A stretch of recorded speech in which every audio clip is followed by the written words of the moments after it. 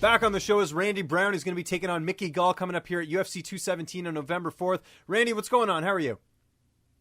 I'm good, man. How are you? I'm doing very well. Appreciate you joining me. And it's been a while since we've seen you in the cage. Of course, you last fought in February. What's sort of been the reason for the layoff? Did you want some time off, or was it just a matter of them not being able to get you a fight?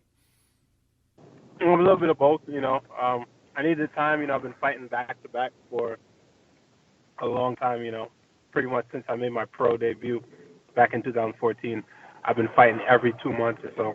And last year I fought 5 times, in the span of 13 months. So I'm just trying to just get back to, learning and getting back on the horse and creating new skill development situations, stuff like that, For sure. And of course, your last fight, I know, didn't go your way against Bilal Muhammad. Now that you've had a chance to sort of assess that fight, where do you feel like you went wrong in that one? What did you sort of learn the most from that fight?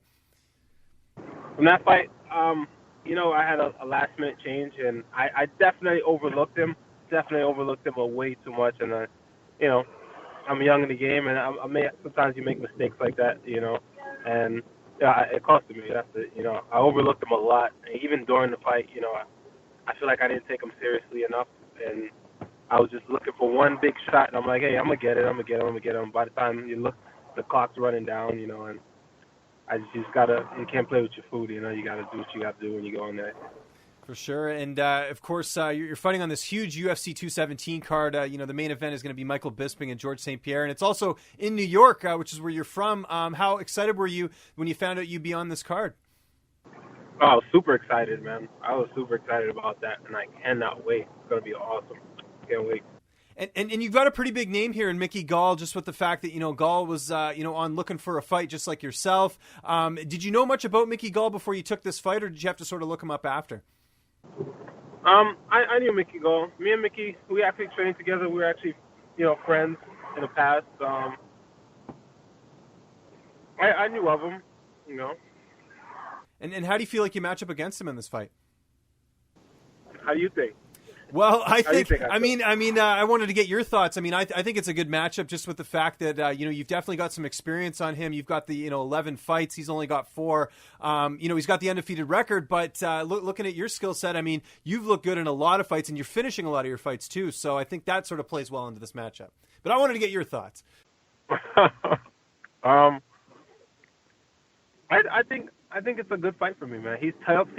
Definitely a tough kid. People underestimate his ground game, underestimate his ability a little bit, but that's something I won't do because I did that in my last fight. And that's something that I've learned from. And just training with Mickey, he has amazing jiu-jitsu. I know that, but this is not a grappling match.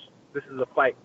It's a completely different ball game when we get in there. So, and he's not experienced. He hasn't really, in his mind, 4-0 is a hell of a thing. You know what I mean? He's right now he's very arrogant. He's confident, but you got to understand that I was once 4-0, and I knew where his headspace was at, and he's 4-0 in the UFC, not to mention in the UFC.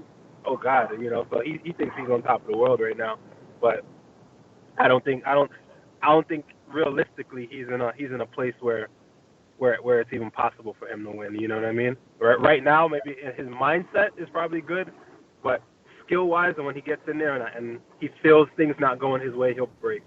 Okay. How's training camp going, and who are some of your main training partners that you've been working with ahead of this matchup? Training's been great, man. Training's been going amazing. Right now, I've been doing a lot of grappling, a lot of training with a lot of jiu-jitsu guys at Hensel Gracie Academy. And, over at Budokan Martial Arts, we're bringing in a few guys, new strike. All the strikers that I got in my camp, I got a shitload of strikers in my camp. So it's kind of like same routine, man, same routine. The only thing new is just wrestling, grappling. I'm going to be kind of like the ant going in on like anti-BJJ type of tip, you know what I mean, when I get in there. So, yeah. And I was going to say, you talked about earlier, just with the fact that, you wanted some time off to kind of heal and kind of get, recharge the batteries. What would you say you sort of worked on the most in the time off you've had? What are you looking to showcase in this fight?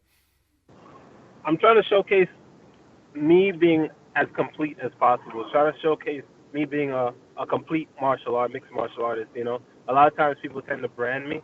And, in this sport, in general, people try to typecast you as this guy's a striker, or this guy's a jiu-jitsu man, this guy's a grappler. Like, I want to show people that I can do it all. You know what I mean? I can strike with the best strikers. I can grapple with the best grapplers. And people underestimate my grappling for some reason. I'm a brown belt in BJJ.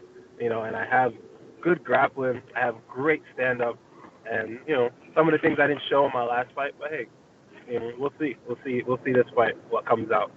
Wherever he wants to take it, we'll go there, and we'll do what we got to do. And this is we're a couple weeks out from the fight. How's the weight cut going? Getting down to 170. Weight cut's great.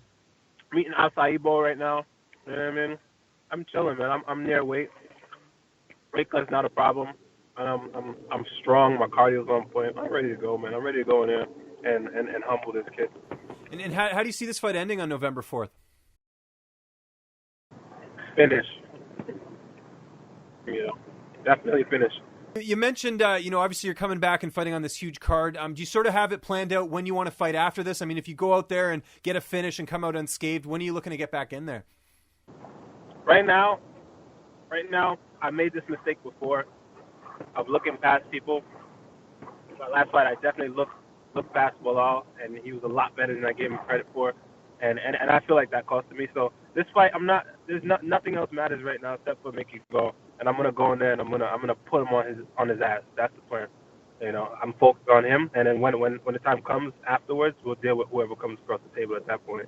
But right now, this guy, he talks so much trash, and I'm like, bro, you haven't done anything. You haven't done nothing in the sport. You know what I mean? You're just sitting here talking out of your ass. You fought fucking 13-year-olds and models and and actors. Like, come on, bro, stop. You cannot believe the shit that you're saying. I know you don't believe it. Just cut it out.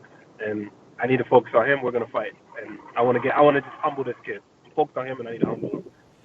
Last time you and I talked, you went to you checked out an Islanders game. As you know, I know hockey's kind of new for you. Have you gone to any games this year at all? I bet you've been kind of busy.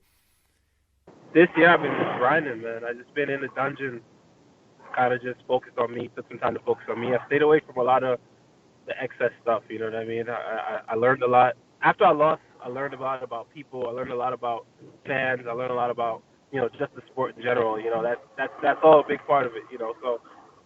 I took time to just be to myself, my team, my family, my loved ones, and I just grinded, man. I'm grinding. I'm gonna come out and show, So I kind of just stayed away from all the partying and all the craziness. So maybe next year. Okay, no, fair enough. What about TV? You watching any Netflix or anything like that? Netflix, and I play a lot of video games. Okay, well, what are you playing on? What are you, Xbox or PS4 guy? Oh, I'm an Xbox guy. I actually just started a Twitch account at Touch and Go 170, and I'm streaming live, and I'm adding like everybody. I'm on Reddit, and on Reddit I'm getting everybody to come online and play with me. So I'm playing with fans. I'm just in my house, man. I'm training, and I go home. And I'm playing my Xbox. You know what I mean? No, that's the dream right there, man. What game are you playing right now? What are you twitching? Rainbow Six. Oh, awesome. Okay, Rainbow cool. Six, yeah. So I get every Wednesday night I get a fresh 5-man squad of the fans, and I just play with random fans at every Wednesday night at 9:30. Good stuff, man. That's awesome. We'll definitely have to check that out. And we certainly got to check out this fight. It's coming up here November 4th. It's UFC 217. Randy, really appreciate you taking the time as always, man. Where can people find you on social media? If you got any thank yous or shout outs, the floor is yours.